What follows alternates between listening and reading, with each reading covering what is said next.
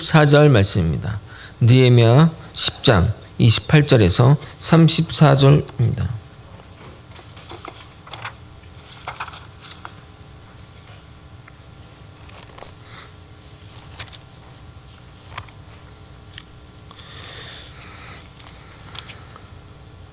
저와 번갈아 교독하고 마지막 절은 함께 읽겠습니다. 그 남은 백성과 제사장들과 레위 사람들과 문지기들과 노래하는 자들과 느디님 사람들과 및 이방 사람과 절규하고 하나님의 율법을 준행하는 모든 자와 그들의 아내와 그들의 자녀들 곧 지식과 총명이 있는 자들은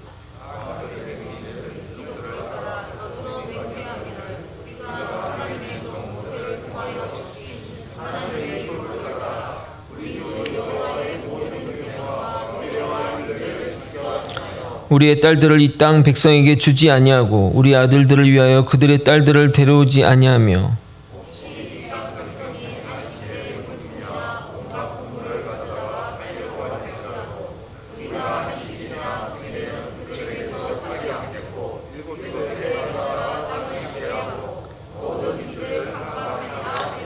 우리가 또 스스로 규례를 정하기를 해마다 각기 세겔의 3분의 1을 수납하여 하나님의 전을 위하여 쓰게 하되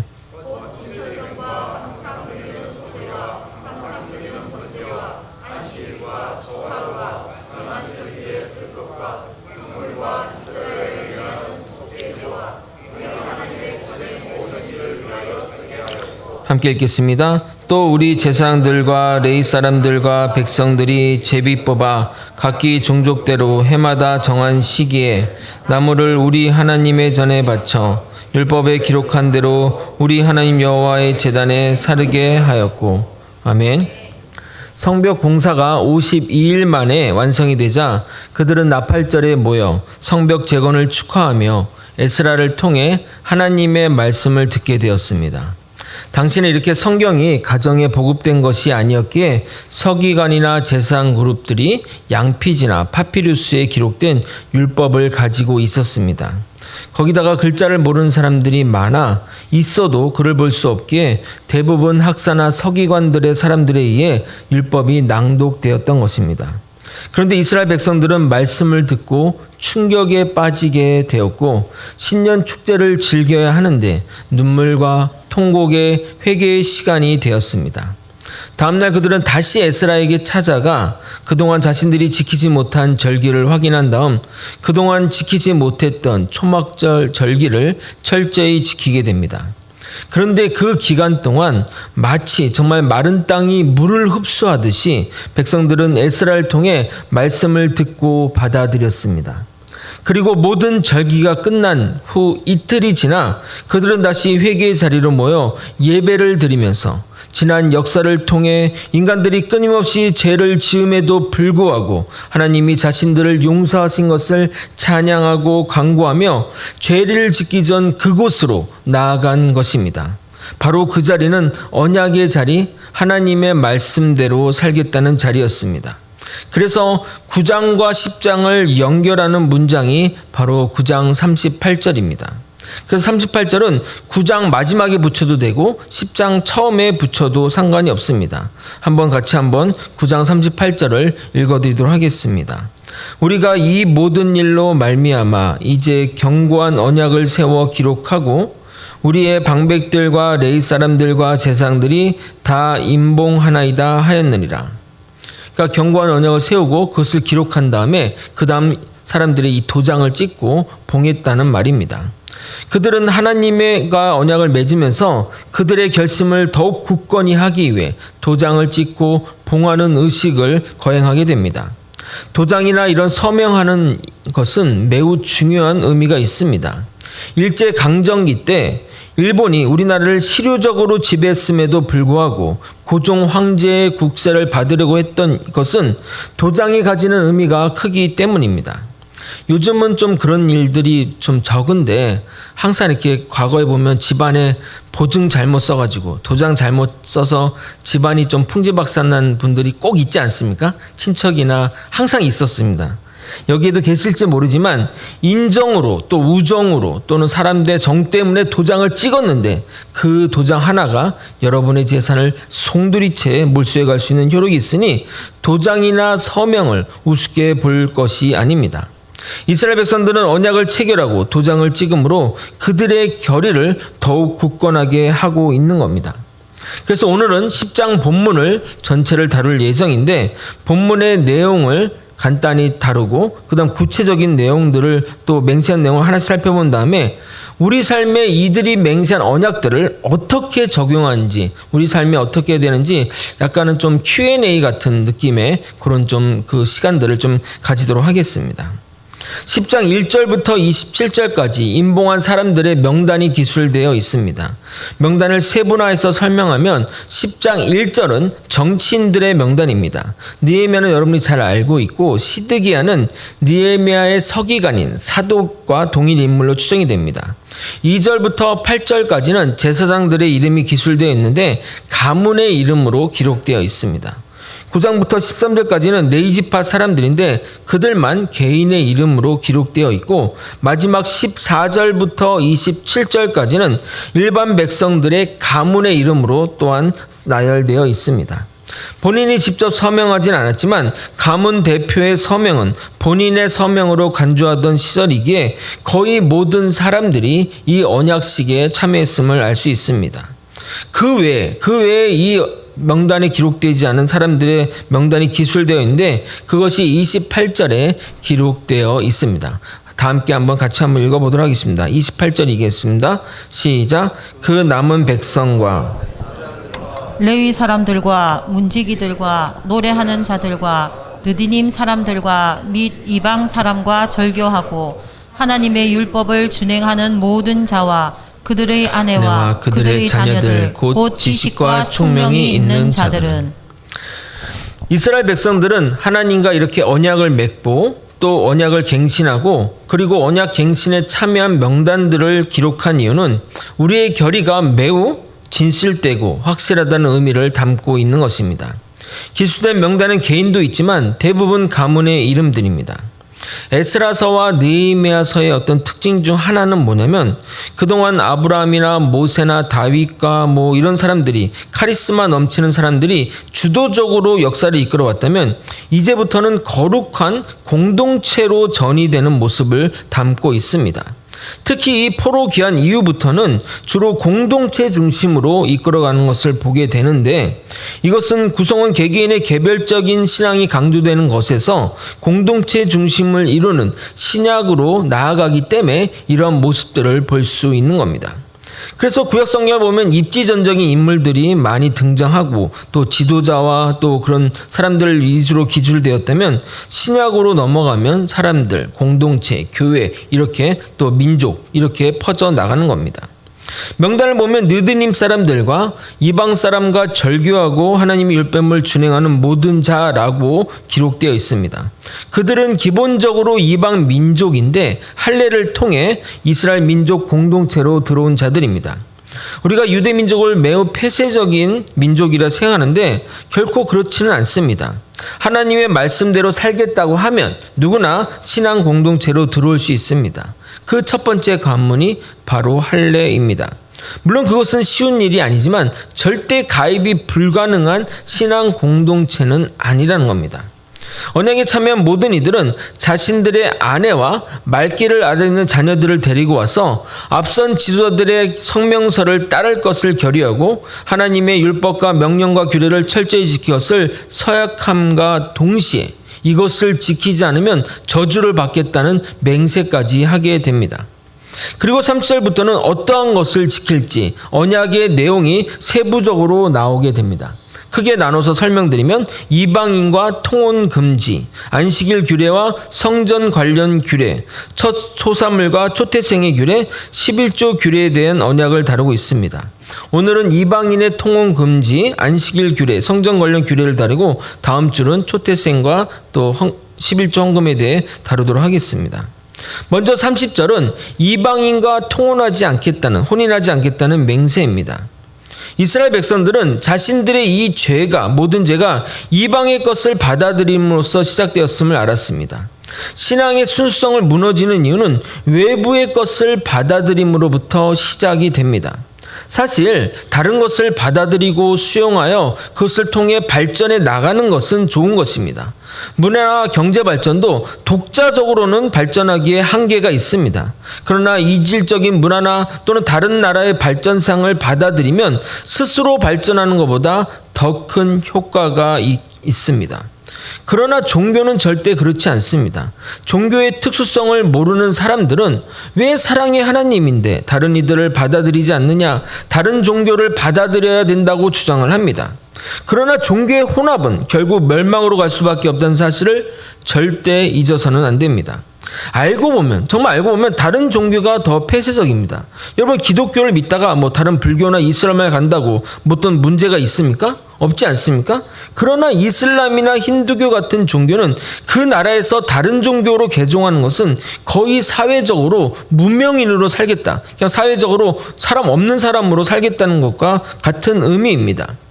케냐에서 이슬람 종족을 선교하시는 목사님이 계신데 한 1년에 한두 번씩 이렇게 1년에 한 번 정도씩 나오면 항상 저랑 교제를 하고 있는데, 선교의 어려움을 말씀하면서 하신 이야기가 이슬람을 믿다가 기독교로 개종하게 되면 그 마을에서 나와야 된다고 합니다. 심지어 마을의 이장이 이 종교의 수장을 또 겸임하고 있어서 개종하면 자녀의 출생 신고도 할 수 없고 장례조차도 치를 수 없다고 합니다. 그래서 그런 것 때문에 고통받다가 그래서 복음을 받아들이고 개종하더라도 다시 돌아가는 경우가 많다고 합니다.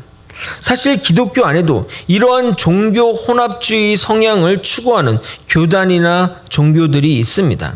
카톨릭이 대표적이고요. 자유주의 신앙을 추구하는 교단, 그리고 우리가 잘 아는 감리교나 일부 통합 측 교단들이 이러한 성향을 나타내고 있습니다. 대표적인 게 바로 종교다원주의입니다. 나중에 이 부분에 대해서 좀 구체적으로 다루겠지만, 저는 개인적으로 성향이 매우 자유롭고 개방적인 성향이지만 종교는 절대적으로 보수적입니다. 이 보수는 진리를 지키는 것을 말하는 겁니다.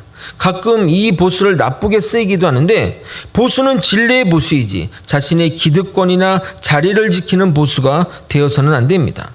이 진리는 결코 타협이 있어서는 안 됩니다. 수요예배 때도 말씀드렸지만 하나님은 99%의 순종을 불순종으로 여기십니다. 진리는 세상 사람들의 처세술이나 일의 효율성이나 또는 가치관의 문제가 아니라 생명이 달린 문제입니다. 여러분이 지금 비행기를 타고 있는데 비행기에서 지금 비행기 상태가 안 좋아서 낙하산을 타고 내려야 되는 입장입니다. 근데 낙하산이 두 종류가 있어요. 하나는 불량률 0%에 1,000만 원짜리 낙하산이 있고, 하나는 불량률 1%에, 그러니까 100개 중에 하나는 안 펴지는 10,000원짜리 낙하산이 있습니다. 여러분은 어떤 걸 고르시겠습니까? 나는 모험을 즐기니까 한번 1%짜리 사실 분 있습니까? 돈이 없어서 그렇다면 어쩔 수 없겠지만 아마도 여기 계신 누구도 불량물 1%인 낙하산을 고를 사람은 없습니다. 그러면 그들이 어떻게 이 비진리를 타협하지 않는지 하나씩 구체적으로 살펴보도록 하겠습니다. 언약 백성들은 이방 사람들과 통혼하지 않겠다고 선언합니다. 이 통혼의 문제, 이방인과의 이 통혼의 문제는 역사적으로 유래가 있고 쉽게 볼 문제가 아닙니다. 그 당시에는 그 사람의 종교와 그 사람의 민족과는 거의 밀접한 관계입니다. 그 사람이 그 이방 종족이 종교이며 또 그 종교가 바로 이방 종족이기 때문에 그 이방 종교를 가진 이방 민족과 결혼하는 것은 그 사람의 종교를 받아들이는 것과 마찬가지입니다. 북이스라엘 아하박은 시돈 사람 이세벨, 시돈 사람의 딸 이세벨을 아내로 받아들임으로써 북이스라엘을 바알과 아세라 신을 섬기는 나라로 만들어 버렸습니다. 여인네 한 명을 받아들였는데 말입니다. 열왕기상 16장 30절에서 33절입니다. 오므리 아들 아합이 그의 이전보다 모든 사람보다 여호와 보시기에 악을 더욱 행하여 느벳의 아들 여로보암의 죄를 따라 행하는 것은 오히려 가볍게 여기며 시돈 사람의 왕 옛 바알의 딸 이세벨을 아내로 삼고 가서 바알을 섬겨 예배하고 사마리아에 건축한 바알 신전 안에 바알을 위하여 제단을 쌓으며 또 아세라상을 만들었으니 그는 그 이전에 이스라엘 모든 왕보다 심히 이스라엘 하나님을 노하게 하였더라. 여러분 이것이 그냥 북이스라엘의 문제만으로 끝난 것이 아닙니다. 이세벨의 딸이 남유다 여호람 왕과 정략 결혼했는데 남편을 이어 왕위에 오른 아하시아 왕이 죽자 나머지 왕자들을 다 죽이고, 알고 보면 자기 자식들이나 마찬가지죠. 다 죽이고 자신이 여왕으로 올렸으며 재위 7년 동안 남유다를 종교적으로 쑥대밭으로 만든 여인입니다. 열왕기하 11장 18절 20절입니다. 온 백성이 바알의 신당으로 와서 그 신당을 허물고 그 제단들과 우상들을 철저히 깨뜨리고 제단 앞에서 바알의 제사장 맏단을 죽이니라. 제사장의 관리들을 세워 여호와 성전을 수직하게 하고 또 백부장과 가릿사람과 호위병과 온 백성을 거느리고 왕을 인도하여 여호와 성전에서 내려와 호위병의 문길을 통하여 왕국 이름에 그가 왕자에 앉으니 온 백성이 즐거워하고 온 백성이 평온하더라. 아달랴를 무리가 왕궁에서 칼로 죽였더라. 그러니까 아달랴라는 이 딸이 그 남유다를 그렇게 쑥대밭으로 또 만들었습니다. 여러분 솔로몬의 경우에서도 보았듯이 누구라도 이방 종교와 혼합이 되면 결국 주종이 변하여 타락의 길로 갈 수밖에 없습니다. 결국 북이스라엘의 멸망의 원인과 남유다의 멸망의 원인이 이방 종교를 받아들임으로써 종교적으로 타락하여 그 죄로 인해 벌어지게 됐음을 절대 잊어서는 안 됩니다. 역사를 통해 이러한 사실을 뼛속 깊이 깨달은 이스라엘 백성들은 자신의 차원에서 이러한 문제가 발생하지 않도록 실천하게 됩니다. 30절을 여러분 같이 한번 읽어보도록 하겠습니다. 함께 읽겠습니다. 시작. 우리의 딸들을 이 땅 백성에게 주지 아니하고 우리의 아들들을 위하여 그들의 딸들을 데려오지 아니하며. 사실 이 법이 새롭게 제정된 것은 아닙니다. 하나님이 가나안 땅에 들어가기 전부터 신명기의 말씀을 통해서 미리 제정한 법입니다. 신명기 7장 3절 4절입니다. 또 그들과 혼인하지도 말지니 내 딸을 그들의 아내로 주지 말 것이요 그들의 딸을 내 며느리로 삼지 말 것은 그가 내 아들을 유혹하여 그가 여호와를 떠나고 다른 신들을 섬기게 하므로 여호와께서 너에게 진노하사 갑자기 너희를 멸하실 것입니다. 제가 한번 수예배 때 이 얘기를 좀 나눴던 것 같은데 청년들이 저에게 가장 많이 물어보는 질문 중 하나가 남친이 또는 여친이 교회를 다니지 않는데 결혼해야 되나요 말아요? 라는 질문입니다. 저의 답은 딱 하나입니다. No, 절대 안 된다입니다. 그럼 사랑하는데 헤어지란 말인가요? 너무해요. 너무합니다 하실까봐 하나의 방법을 말씀드리면 결혼 전에 신앙을 꼭 가지게 하십시오. 결혼해서 신앙 가지겠다는 말 절대 믿지 마시기 바랍니다. 결혼 전에는 결혼하려고 교회도 오고 들락날락 하지만 결혼하면 돌변하는 경우를 너무나 많이 보았고 그렇게 결혼한 남자나 여자가 본인 신앙을 잃어버리는 경우도 너무 많이 보았습니다. 여러분 일천번제를 드린 솔로몬도 변했습니다. 여러분이라고 더 대단할 것도 없습니다. 그럼 여러분 언제 남친이 또는 여친이 신앙이 생기는지 알 수 있나요? 물어보실 겁니다. 어떻게 알 수 있냐면 예배를 끝나고 나서 이제 집에 돌아가거나 밥을 먹을 때 이런저런 긍정적인 이야기를 하기 시작하면 그때가 시작입니다. 형식적으로 오거나 예배 시간에 졸거나 하면 설교 이후에도 이야기가 없습니다. 몸만 왔지 딴 생각만 하기 때문입니다. 그런데 오늘 목사님 얘기를 들으니까 이런저런 생각이 들더라. 오늘 설교를 듣는 가운데 좀 뭉클했어. 이런 등등 긍정적인 이야기를 하기 시작하면 신앙이 들어가기 시작합니다. 그런데 오늘 목사님 파마가 좀 어떻니? 지난주보다 좀 살결이 좀 거친 것 같아. 이런 이야기를 하면 절대 신앙이 들어가는 게 아닙니다. 그들뿐만 아니라 우리도 예배를 끝나고 나서 가족끼리 식사하면서 오늘 말씀 들으면서 참 우리가 참 어떻지 않냐 이렇게 얘기하는 게 아름답지 않습니까? 세상 얘기 주식 얘기하는 것보다 주일날은 또 그런 얘기로 하루를 보내야 하지 않겠냐 이 말입니다. 31절은 안식일 규례에 대한 맹세입니다. 같이 한번 읽어보도록 하겠습니다. 함께 읽겠습니다. 시작. 혹시 이 땅 백성이 안식일에 물품이나 온갖 곡물을 가져다가 팔려고 할지라도 우리가 안식일이나 성일에는 그들에게서 사지 않겠고 일곱째 해마다 땅을 쉬게 하고 모든 빚을 탕감하리라 하였고. 당시 이스라엘 땅은 전란으로 인해 폐허가 되었기 때문에 부족한 부부들은 이 땅 거민과의 교류를 통해서 그 부분을 충당했습니다. 6일을 일하고 7일째 쉰다는 이 개념은 지금같이 곡식이 저장되고 또 먹을거리 충분하면 7일 중 하루가 쉰다 해도 아무 문제가 없지만 이스라엘같이 척박한 땅에서 하루를 쉰다는 것은 크나큰 영향을 미칠 수 있는 것입니다. 그래서 안식일에도 이러한 거래나 교육이 진행되었던 겁니다. 그리고 고대 근동의 문화에서 이 안식일은 다른 나라와 문명에서는 찾아볼 수 없는 아주 독보적인 어떤 개념과 날입니다. 그러므로 그들은 당연히 매일 쉬지 않고 물물교환을 했던 것이고, 이스라엘 백성들이 안식일에 쉬겠다면 안식일 그게 뭐야? 이렇게 하면서 상대방 입장에서는 그들의 행동들을 이해할 수 있는 상황이 아니 되는 겁니다. 그러나 이스라엘 백성들은 여러 가지 어려움과 불편함에도 불구하고 안식일을 철저히 지키기 위해 거래를 하지 않겠다고 한 것입니다. 안식일을 구별하시는 것은 자신들에게 주어진 이 모든 시간이 하나님께 속하였다함을 고백하는 동시에 자신의 삶을 하나님께 의탁하는 그 의탁함을 표현하는 겁니다. 그러기에 우리는 주일날 주님께 고백하며 주님을 의지하며 나오는 겁니다.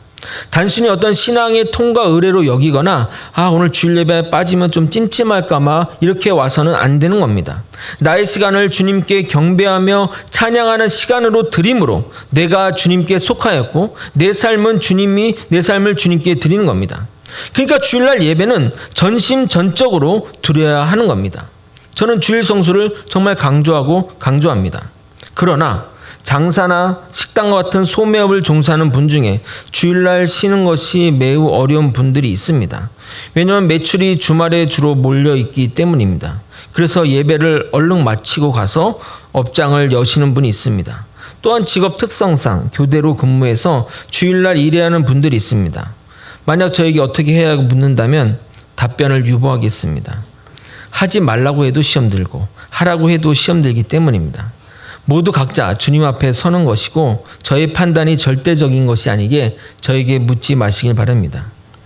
제가 상황 윤리를 말하는 것이 아니라 율법을 바로 적용하기에는 시대가 변해서 어려운 면들이 좀 있다는 겁니다.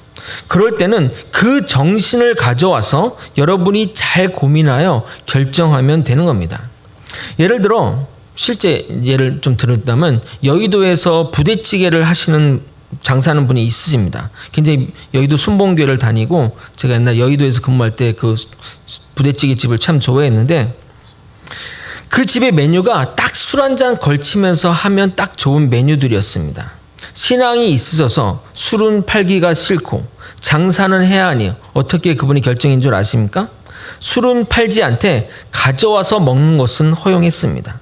그러자 오히려 손님이 더 늘었습니다. 자신들이 먹고 싶은 술을 먹을 수 있고 술값을 아끼니 안주를 더 시켜 결국 매출이 늘어나고 또 여의도에서 더 유명한 식당이 되었습니다.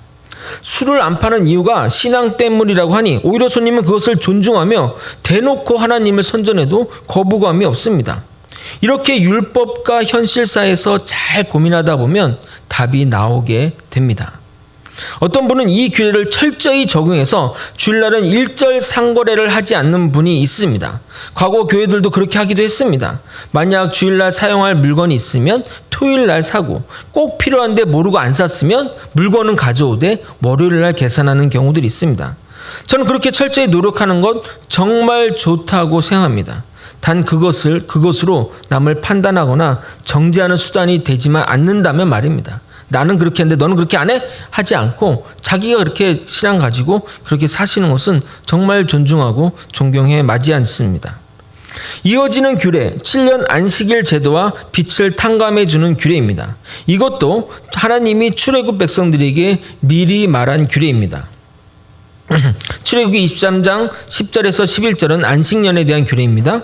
너는 6해 동안 너희 땅에 파종하여 그 소산을 거두고 7째 해에는 갈지 말고 묵혀두어서 내 백성의 가난한 자들이 먹게 하라. 그 남은 것은 들짐승이 먹으리라. 내 포도원과 감나무도 그리할지라. 신명기 15장 1절 2절은 안식년의 빛을 탕감하는 제도입니다. 매 7년 끝에는 면제하라. 면제의 규례는 이러하니라. 그의 이웃에게 구워준 모든 체주는 그것을 면제하고 그의 이웃에게나 그 형제에게 독촉하지 말지니 이는 여호와를 위하여 면제를 선포하였습니다. 안식년 제도는 7년째가 되면 한 해의 농사를 쉬는 제도입니다. 이것은 인간뿐만 아니라 땅에게도 안식을 주는 것이며 더 나아가 그 땅에서 일하는 일꾼들, 주로 노예나 사회적 약자들에게 휴식을 주는 것입니다. 그리고 자발적으로 나오는 땅의 소사는 궁핍한 이웃의 식량이 되기에 안식일은 여러 가지로 유익한 제도입니다. 또한 이 7년째 빚을 탕감하는 제도는 패자부활절이라고 하는데 경제적으로 회복이 불가능한 사람들에게 기회를 주는 법이지만 돈을 빌려준 사람에게는 손해를 감수해야 하기에 공평하지 않다고 생각할 수 있습니다. 그러나 받지 못할 만큼의 돈을 빌려준다는 것은 빌려주는 사람에게도 책임이 있는 것이고 다른 의도가 있다고 여겨질 수밖에 없습니다. 그 사람 수준에 맞게 적절하게 빌려주면 못 받을 경우가 발생하지 않습니다. 그러나 빌린 사람들이 의도적으로 갚지 않아 모럴 해저드가 발생할 수 있는 것 아니냐 생각할 수 있으나 당시 이 작은 공동체에서 빚을 갚지 않으면 낙인이 찍혀 정말 어려울 때 도움받지 못하게 되므로 쉽게 빚을 무시하기란 쉽지 않았을 것입니다. 이 예외도 50년 희년제도 이런 것들이 있지만 이 시기에는 전쟁과 포로기한 등 비상적인 상황으로 인해 시행할 수 없게 더 이상 언급하지 않은 것으로 여겨집니다. 위에서 말한 이 법도 지금 우리 사회에서 적용하기 어려운 율법들입니다. 그러므로 그 정신들을 가져오면 되는 겁니다. 이 안식년 제도가 교수나 목회자 사이에서 존재하는데 안식년을 통해 연구나 발전을 위한 휴식을 제공하지만 사실 유대인들이 지킨 안식년 제도는 일을 그만두고 하나님의 일을 전념하는 것을 의미합니다. 그래서 어떤 종교에서는 안식년 때 1년간 선교사나 교회를 무상으로 봉사하기도 합니다. 여러 여건상 현실적으로 불가능하지만 그 정신마저 잊어서는 안 됩니다. 나의 모든 시간이 주님께 속하였고 세상을 의지하지 않고 주님께만 의지하겠다는 고백이 안식년에 포함되어 있는 겁니다. 마지막으로 하나님의 전을 위한 헌금을 드리겠다는 약속입니다. 지금과 달리 이스라엘 성전은 매일 하나님께 제사가 드려졌습니다. 거기에 당시 제사 제도는 물리적으로 또는 물질적인 소모가 많이 소모되는 제사 방식이었습니다. 당연히 그 일에 종사하는 레위파 사람들의 생활도 책임져야 했습니다. 그 당시와 비교하면 지금 많이 간소화돼서 제사 방식이 아닌 예배 형식으로 변화되었지만 그때와 동일하게 교회를 운영하는 데 소요되는 비용과 전임 사역하는 분들을 위한 경제적 지원은 계속되어야 합니다. 또한 이 헌금의 용도가 가난한 자들을 위한 또 소외된 자들에도 쓰여져야 하고 교회 시설 정비나 여러 가지 비용에도 사용되고 있습니다. 명목은 다르지만 쓰여지는 용도는 비슷한 면이 많습니다. 또한 우리가 매주 교회에 와서 주기적으로 청소하고 봉사하듯이 그때도 제비로 순번을 뽑아 제사에 필요한 나무를 댔습니다. 3, 4절을 읽어드리도록 하겠습니다. 또 우리 제사장들과 레위 사람들과 백성들이 제비를 뽑아 각기 종족대로 해마다 정한 시기에 나무를 우리 하나님 전에 바쳐 율법에 기록한 대로 우리 하나님 여호와 제단에 사르게 하였고 여러 가지 면에서 지금과 많이 다르지 않습니다. 그러나 중요한 것은 이 일을 결심하고 실행함에 있어서 이스라엘 백성들은 스스로 결정하고 스스로 실행했다는 겁니다. 32절을 다 같이 한번 읽어보도록 하겠습니다. 함께 읽겠습니다. 시작. 우리가 또 스스로 규례를 정하기를 해마다 각기 세겔의 3분의 1을 수납하여 하나님의 전을 위하여 쓰게 하되. 교회는 교회 구성원의 자발적인 참여와 또 헌신을 통해 움직여져야 합니다. 사실 서울에 있는 중형교회 이상 또는 대형교회는 돈으로 그 일을 대체합니다. 청소나 관리는 용역에 맡기고 또 차량과 주차도 외부에 맡깁니다. 편리함은 있지만 그것이 교회일까 의구심이 들 때가 있습니다. 그냥 성도들이 종교 행위를 편하게 대행해 주는 곳이 아닌가 생각이 듭니다. 교회는 교회 구성원이 스스로 움직여져야 은혜로운 공동체가 될 수 있습니다. 누구의 강요나 누구에 밀려서 행하게 되면 의무와 책임만 남게 될 것입니다. 그런데 교회를 은혜롭게 하는 자와 밀려서 억지로 하는 자의 차이점이 있는데 그것은 바로 소명의 차이입니다. 소명 없이 사람들의 눈치나 또는 사람들의 인정을 받기 위해 일을 하게 되면 반드시 시험에 들게 마련입니다. 인정 못 받아 시험 들거나 인정받아 교만하여 넘어지거나 말입니다. 주어진 일을 은혜롭게 하는 자는 이 일이 소명이라 생각하기 때문에 즐겁게 하게 됩니다. 반대로 억지로 하는 자는 의무라고 생각하기 때문에 책임감으로 하게 되는 겁니다. 저는 교회에서 저에게 맡겨진 일들을 즐겁게 은혜롭게 하고 있습니다. 사역자니까 당연한 것 아니겠지만 저는 그렇게 생각하지 않습니다. 저는 하나님이 이 일을 시키셨다고 했다는 확신이 있기 때문에 이 일을 즐겁게 또 행복하게 할 수 있습니다. 마찬가지로 여러분도 하나님이 예배자로 부르셨습니다. 예배자로 소명을 받았다는 것입니다. 예배자는 예배 딱 이 한 시간만 드리는 것이 아니라 예배의 준비도 또 예배의 마무리도 함께 하는 것이며 예배에 소요되는 이 비용들도 함께 감당해야 하는 겁니다. 그 모든 것이 다 예배인 것입니다. 우리 모두 이 소명을 잘 깨달아 기쁘게 감당하길 예수님의 이름으로 소망합니다. 말씀을 정리하겠습니다. 이스라엘 백성들은 언약을 갱신하고 자신들의 이름을 도장을 찍고 임봉함으로 언약을 확실히 지키겠다는 결의를 보이게 됩니다. 그리고 어떻게 하나님 말씀을 삶에서 지키는지 보여줍니다. 그들은 먼저 이방인과 결혼하지 않겠다고 결의합니다. 이것은 종교적으로 혼탁해지지 않겠다. 오직 주 여호와만 섬기겠다는 겁니다. 그리고 안식일과 안식년을 지킴으로 나의 모든 시간과 소유가 하나님의 것이며 하나님을 의지하며 살겠다는 믿음의 고백을 하고 있습니다. 또한 물질로 헌신로 하나님의 성전과 절기와 제사를 감당함으로 예배와 성전을 우리 손으로 섬겼다는 것을 보여주고 있습니다. 우리 모두는 주님께 예배하는 자들이고 주님께 속한 자들입니다. 주님께 예배하기 위해서는 공간도 필요하고 필연적으로 누군가는 이 일을 위해 헌신할 사람이 필요합니다. 대형교회처럼 돈이 많아 청소나 경비나 식사 모든 외부 용역에 사용해서 할 수도 있습니다. 하지만 그것이 교회일까? 예배라는 서비스를 대행하는 시설과 무엇이 다를까 생각이 듭니다. 제가 하나님이라면 그것을 놓고 기뻐하지는 않을 것 같습니다. 이스라엘 백성들은 자기들의 돈과 헌신으로 예배를 섬기고 예배를 섬기는 자들을 책임지며 스스로 성전을 가꾸고 청소하고 성전을 위해 헌신했습니다. 이것이 하나님이 우리에게 바라는 교회의 모습, 예배의 모습입니다. 그들 중 누구도 자신들이 하는 일에 불평하거나 불만하지 않고 자발적으로 나서서 소명 가운데 은혜로 기쁨으로 즐거움으로 감당했습니다. 이러한 사실을 잘 깨달아 부름받은 자로서 기쁘게 예배를 섬기고 봉사하고 헌신하는 저와 여러분이 되시길 예수님의 이름으로 소망합니다. 다 함께 우리의